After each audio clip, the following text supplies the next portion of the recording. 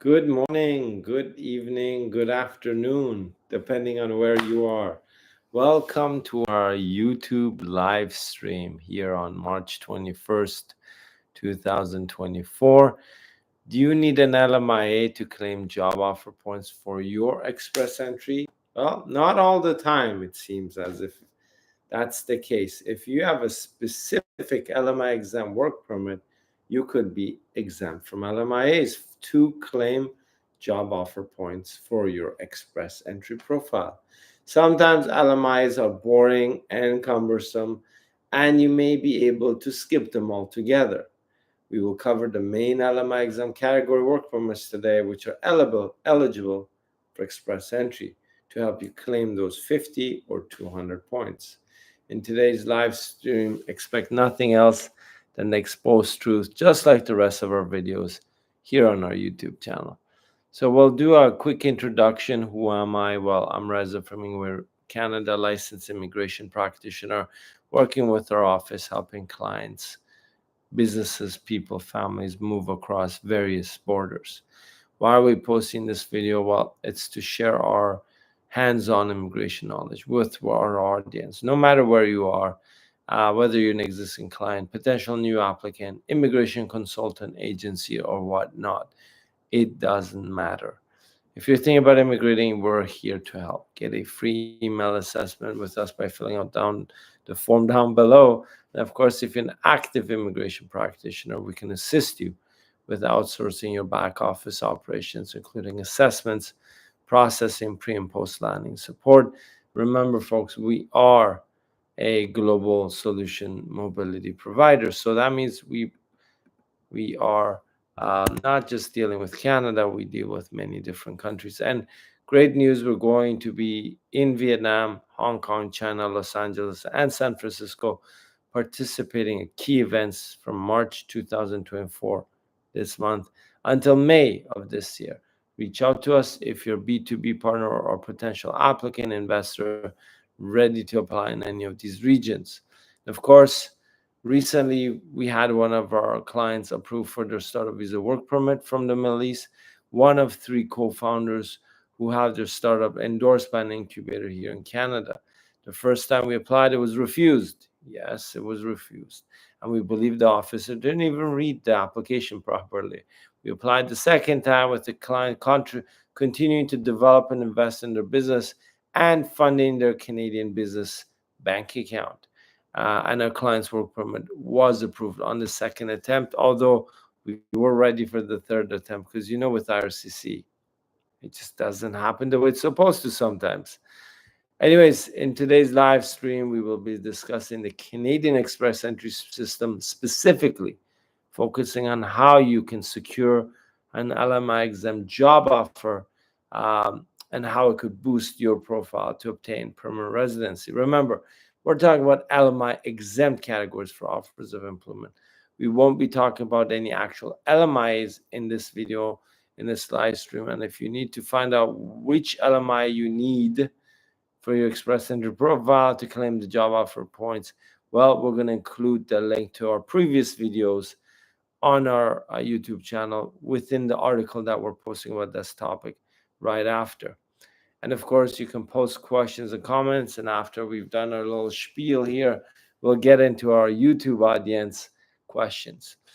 First things first, having a job offer is not a prerequisite to express entry. So don't forget. Standing in my chair for a second. Hi Tom, how are you? I'll get through our presentation and I'll answer your question.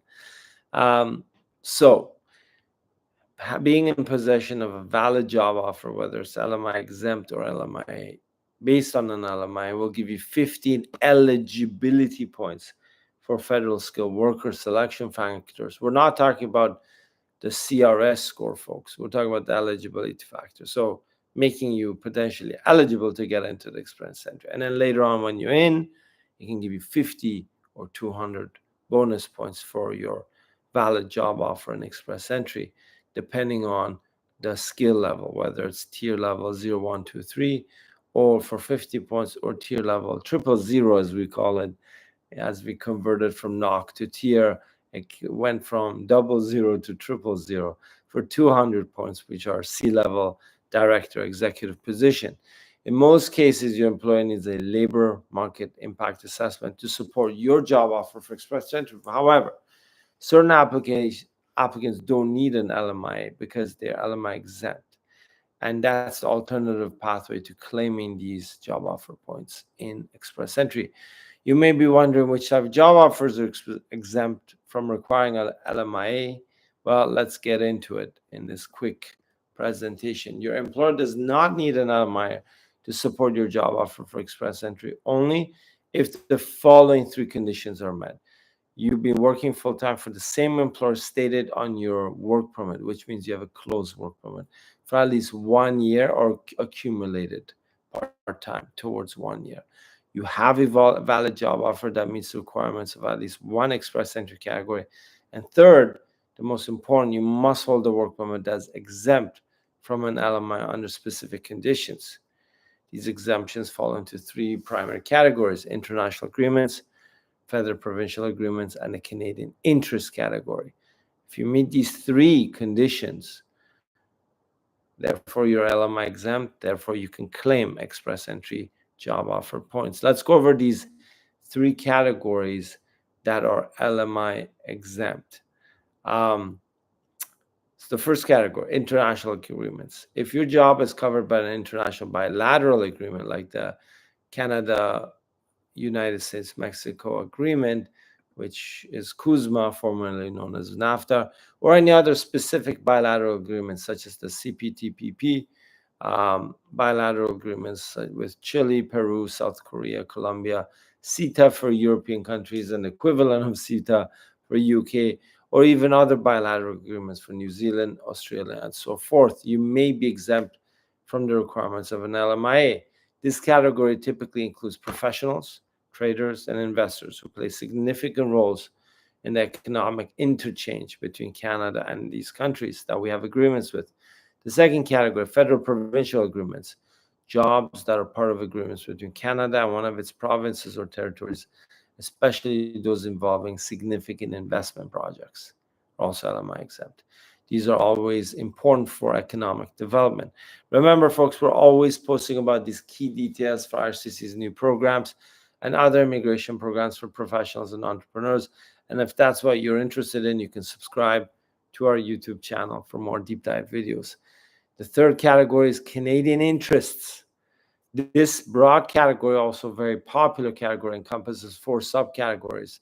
So let's look at some of these. And of course, they will include intercompany transfer, startup visa, C10, C11, and similar types of significant benefit work permits, which are LMI exempt. Significant benefit under the Immigration Refugee Protection Regulation 205A, subsection A. These are scenarios where the job offer is deemed to benefit Canada's social, cultural, or economic landscape significantly. This can include general professionals such as self-employed engineers, technical workers, creative, performing artists whose work brings substantial benefits to Canada, employees with specialized knowledge transferred within a company to contribute to the Canadian branch with their expertise, such as the intercompany transfer, and the mobility francophone for French-speaking applicants.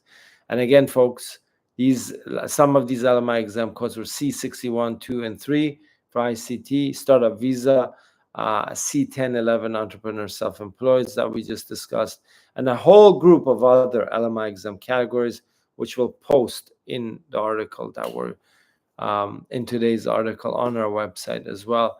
And keep in mind that also the entertainment industry has access to LMI exempt, as we've discussed, and we did a video about that as well, regarding all the different types of exemptions for work permits and exemptions for LMIs for the media and entertainment industry. Well, there's movies, shows, whatnot. Reciprocal employment. Okay, let's look at that. This allows foreign workers to obtain jobs in Canada as part of an agreement that also permits Canadians in the equivalent country overseas to obtain jobs. This can be further divided into 3 categories: professionals, professional coaches, and athletes, and of course, the international experience class, the International Experience Canada category for youth and professionals, and people in exchange programs like professors and visiting lecturers. Designated by the minister, this includes academics, researchers, guests, and so forth, and allows room for special considerations as well in this category. And charity and religious workers. Individuals involved in these categories are also LMI exempt. Please be careful. If the work permit is LMI exempt for any other reason than the ones we mentioned, your job offer won't count towards the eligibility of the federal skilled worker under express entry to improve and claim your job offer points in express entry. In conclusion, you don't necessarily need an LMIA supported job offer to gain the 15 points towards your score, the eligibility score, and to boost your 50 or 200 points. However, it can help you to have a higher chance of being invited for PR through express entry. There's significant exemptions designed to facilitate the entry of individuals whose skills, experience, and contributions are highly valued by the Canadian country. These exemptions simplify the pathway for talented individuals and investors to work in Canada. Another key factor that most people forget with these significant benefit category work permits is that upon renewal inside Canada, if you cannot prove that you have invested or contributed to the social, cultural, or economic system in Canada, it may be refused. So if you are LMI exempt, you have to be careful during your first renewal to make sure you've done what you're supposed to do because it's LMI exempt. This is a very common trend now on work permits for startup visa being refused for applicants who are already inside Canada. If the officer believes that you don't fall into these LMI exempt categories under the specific regulations of the Immigration Refugee Protection that you entered into the country with in the first place, then they may refuse your first renewal. And they may state that you should apply for an LMI because you're not LMI exempt. Folks, if you like immigration hacks, creative immigration solutions, or key analysis and exposed truth about the immigration policies and updates, you can click and subscribe to our YouTube channel as well. And of course, if you're thinking about immigrating, whether permanently or temporarily, you're at the right place. We don't just offer immigration, we offer solutions. I can guarantee only one point. You'll know what to expect, the entire process clearly laid out for you, and all the risks identified, including costs. Our legal agreements are based on payment milestones, which are linked to your application progression, and we don't take 100% advance payment for business immigration applications. You're in full control of the program you choose for immigration. We give you all the options based on your eligibility, and then you decide. Does your local immigration partner offer you that? Well, not sure. We have a $1 million liability insurance, which protects you and us from fraud or mistakes, as well as a dedicated client trust account with our Canadian banking institution. Our team speaks over 9 languages, and we help applicants from over 50 different countries during the immigration process. And you can click on the link down below to get a free email assessment for eligible applicants. And if you're ready to apply like a one-on-one session with me or one of my immigration team members at INGWE, you can also book a session directly using the consultation link in the description of this video. And if you want to take our immigration knowledge for test drive before you book a one-on-one consultation with me or my team, then you can tune in to our YouTube channel every week for a regular live stream where we answer all of your immigration questions for free on the spot. And of course, you can subscribe to our YouTube channel to be notified on what day of the week and what time we'll stream live, because those do change. Okay, folks, we've got some questions on our YouTube live. We'll jump into these. Samir Al-Hajri, hi, thank you for your time conducting these sessions. May I ask the following questions? The Ukrainians coming under the SUC program with open work need an LMI? No, they're LMI exempt because it's a special public policy, like many from Turkey, Sudan, Israel, Palestine, Iran. Same with the Ukrainians. So there is no LMIA. And that program, I believe, was closed, correct? Hi, Tim. Nice to see you. Hello, Reza. I'm here. Thanks for your help on my work permit. But I don't understand how long I should stay to get my TRV from inside Canada, or should I leave after collecting my work permit and apply for TR be from outside. So this is how it works, item. You have a one-time entry, 1 month validity to enter and pick up your work permit. If you need a visa after that, you can apply from inside Canada with your work permit for a valid visitor visa. Okay, so you can apply from inside. If you leave, you have to apply from outside, which can take months and longer, and you're not sure if they'll approve you. But when you apply from inside Canada for your temporary resident visa, the tourist visa, to come and go, it'll be A, valid for the duration of your passport validity, and 2, the approval rate will be like 95%. And you can do it while you're inside Canada with your work permit. The visitor visa gives you access to enter Canada. It is a travel document. The work permit is not a travel document. It is an authorization to work. So if you need a visitor visa to re-enter Canada later on, after you have the work permit, if you want to go back and forth, I suggest to apply from inside Canada, not to deal with the embassy overseas. And you know how these embassies are. Fufu Montasari, hello, how are you? Shafahat Alisha, hello, sir. Good morning from Canada. I'm located in Regina, Saskatchewan. I have an open work permit, PGWP. I've submitted my permanent residency application already through the provincial nominee program. Now my PGWP is going to be expired at the end of this month, March 31st. So I want to apply for my work permit extension under the PNP category. I have the invitation letter and nomination approval letter. But I'm confused about the LMIA Exempt offer of employment. I mean, is it necessary for me that my employer get an LMIA Exempt offer of employment from RCC? No, basically you just pay, your employer pays $230 for the employer compliance fee, okay? They get an LMIA Exempt code. You put it in your work permit application, you show the receipt of the payment, and then you apply. That's it. Okay, so that is 100% required, Shafahat. If you don't put that, your bridging work permit, which you're applying now under, because you've been nominated under the Saskatchewan Immigration Nominee Program, will be refused on a technicality. So your employer needs to pay the employer compliance fee of $230. Was it $230? My brain is not working today. Was it $235? It's $230. And they need, when they pay, get an LMIA Exempt code. You plug that into your work permit application. You apply. You include the receipt. You're good to go. Okay. Following my question above, I applied an express entry, but I could not get the 50 points. You're on an open work permit. One of the conditions is it has to be a closed work permit, which means the employer stated on your work permit. If you're on a PGWP, you cannot claim job offer points in express entry unless you have a PR supported LMIA without a work permit and you're on a PGWP. Okay, you can refer to our other videos where we talk about what kind of LMIAs count to and how you can claim them for your points. You're on a PGWP, which is LMIA exempt, but it's not a closed work permit. Your employer is not stated on it. You are not eligible for express entry job offer points at this stage with that open work permit.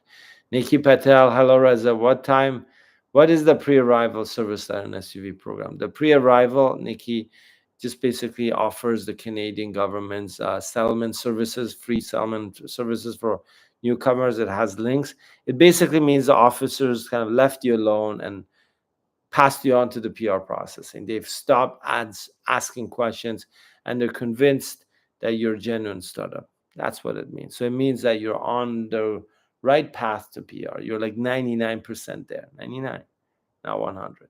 Samir Al-Hajri, I'm under the Ukrainian program. Okay, Samir, yeah, I mean, you don't need an LMIA. If you apply for the work permit under SWETA, you have the work permit, that's it. You don't have, it's an open work permit, by the way, so you cannot claim job offer points unless you have a PR supported LMIA with a work permit.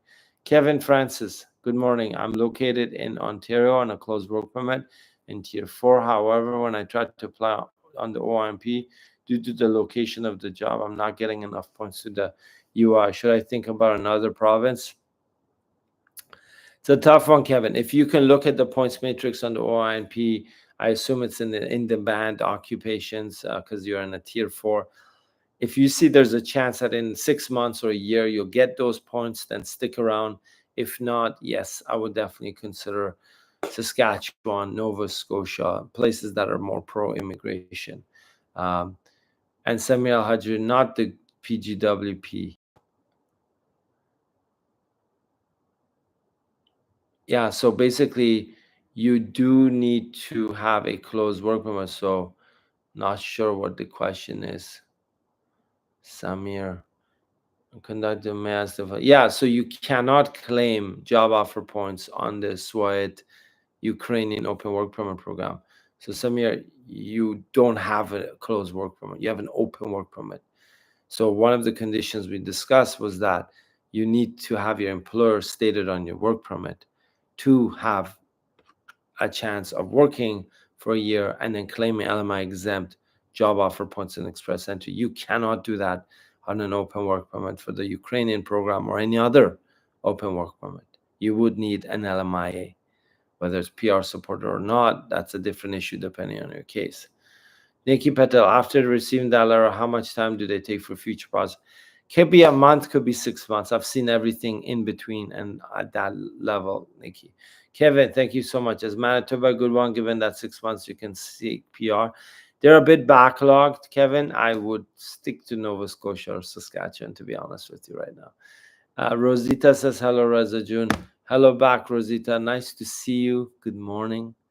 Samir Haj, thank you. No problem, Samir. Folks, you've got questions, we've got answers. And of course, if I know the answer, I'll let you know. If I don't, I'll still let you know.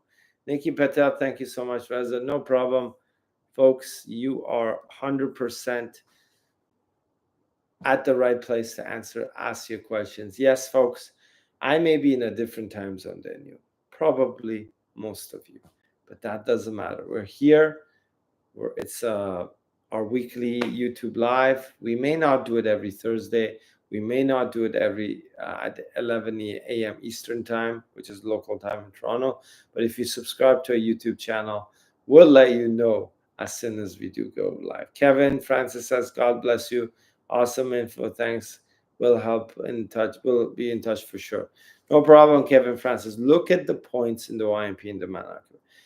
There may be other criteria that you may be able to improve on over the next 6 or 12 months. But if not, yes, start looking at alternatives, because the OINP is not as user-friendly. And people do lose hope in these sort of situations with PNP. And I'll be honest with you, BC PNP is bad too. Like BC PNP is the second worst after OINP. I officially have given them the award of the worst immigration nominee programs across Canada. If you look at any other province, they're much better. Folks, if you have any other questions, let us know. Happy to help. And again, don't send me email questions if you're not a client, because we're busy working on our client files, but we do dedicate this 1 hour for you, right? So this 1 hour throughout the week, you can answer any questions you like. But if you just send me your whole case or profile in a big email and expect me to read all these emails and reply, then how can I get to my clients, right? Just common sense, right? But if you are a client, of course, email us anytime. Vilas de Sahara Zavilas, best wishes. Hey, this Vilas de Sahara, how are you? Nice to see you. Welcome to our YouTube Live. We just answered a couple of questions about open work permits, LMI exempt, bridging work permits, pre-arrival under study visa, TRVs for your letter of introduction to come pick up your SUV. So a lot of stuff that we talked about today. And of course, everyone, the most popular program is startup visa program because it's flexible, it's popular, agents make good money on it, and of course, it's a direct PR, and it doesn't have net worth like the entrepreneur program. It's not slow. You don't have a points-based system like the entrepreneur. It's not like intercompany transfer C10, C11, where you have to like grow this massive business to claim 200 points in express entry to get a chance at PR. And that's the reason, folks, why startup visa applicants are so many, because, and you can quote me on this, the rest of the business immigration programs in Canada are horrible. I'm sorry, but they're the worst of the worst of the worst of the worst. And if somebody can shed some light and inform the government of bureaucrats that, hey, you are bad at this. Why don't you stick to something else and get somebody else to design a business immigration program? So that's why everyone applies for startup visa, because it's easier, it's simple, it's straightforward. Angel, how are you? Hello, Razorback. Hello, Angel. Nice to see you. Folks, what we need to do is make sure that everyone's questions were answered, which we did. And we are at the 30-minute mark. Yes, it was a shorter presentation today. We don't have as many attendees, and that's because the topic is not startup visa. I'm pretty sure for that. And we don't have any other questions. So if anyone has questions, next 5 minutes, let me know. Until then, I keep on blabbing and criticizing the horrible provincial entrepreneur programs out there, the federal investor work permits and programs out there, and generally the business immigration programs in Canada deserve an Oscar for the worst programs that ever existed in humanity's history for business immigration purposes. Yeah, I may be very vocal, and I like that because they're just horrible. At the end of the day, when you're doing consultation with client and you go through all the different programs, and at the end of the day, they're like, okay, well, how can I just get my PR? And then you end up just start a visa. I mean, that's how it comes down to. It's kind of crappy, but can I say that live? But that's what it's come down to. Villas decide December 22 submission, and yet no news with IRCC for my startup. Well, the submission of what, the PR or the work permit? Because December 2022. Yeah, sometime this year you'll get your decision, Villas decide. It's not in sequential order, but you are going to be processed within 18 to 24 months. Okay, so hold tight. Should be there soon, whether it's in the next month or 6 or 8. You're almost there. Okay, folks. It's not rocket science, folks. The startup visa. If you do it enough times like we do, it'll happen. Okay, just have to make sure you're ready, you're proactive on your business, you can answer the questions that the officers are replying. And there's not a lot of officers right now, but they're adding more officers to the startup visa. Folks, if there's no more questions, we are closing our YouTube live stream at the half past. So another 2 minutes, and we are good to go. A little bit less complicated questions today, but that's fine. We're always here to answer you, and we'll be back next week. Okay, so if you have questions, tune in next week's YouTube channel and for our live stream. We'd be happy to discuss more about LMIAs and PNPs and entrepreneur program, and of course, startup visa and any other programs that are related to your immigration questions. Thanks, folks. Have a good one. Great seeing everyone. Take care, and always remember, immigrate with a plan. Don't apply for the sake of applying, but design, engineer, plan everything ahead of time, and that's how you'll be successful, and that'll be the difference between you and other applicants. So last question before we sign off. Abdul Rahman Salot. Hi Reza, my LMIA and wives SOWP is in progress. We're blessed with a little baby girl. Congrats. Now that will be the process for the baby girl to get the visa explained. You just quickly submit a form for your application, which is linked to your work permit, that you have an additional family member, birth certificate. You add the additional, you update all your forms regarding your family composition. You send it over, and you can also pay the additional fee with IRCC for them to process your new baby girl's application. So that's perfectly possible. It's been done. You just have to submit the form that's linked to your application, and update all the forms, put a letter, put the birth certificate, the whole works, in order to make sure that you comply with the regulations. So it's as if you're applying you're just updating that application because you have a new family member. So 100% possible, Abdul. Don't worry about it. Let me see if I can send you the link before we take off, folks. Okay, folks. Here we go. Let's see if we can. I'm trying to find the link for you, Abdul Rahman. Hold on one second. Hold on. I'm gonna post it in the chat here. Hold on. Come on, folks. I'm a bit slow today. Why is that? Why is that not? Okay. Okay, I'm posting it. You see if you can use this link. I just posted it, Abdul. Okay. Use that link to see if you can send a direct form to for your application. If not, you can do it through web form if that link doesn't work for your specific application. But update all the forms where it's related to your family members, and you have to actually use an additional application form for your new baby girl as well. So hopefully that helps. Thanks everyone. Take care. We'll see you next week. Bye bye now.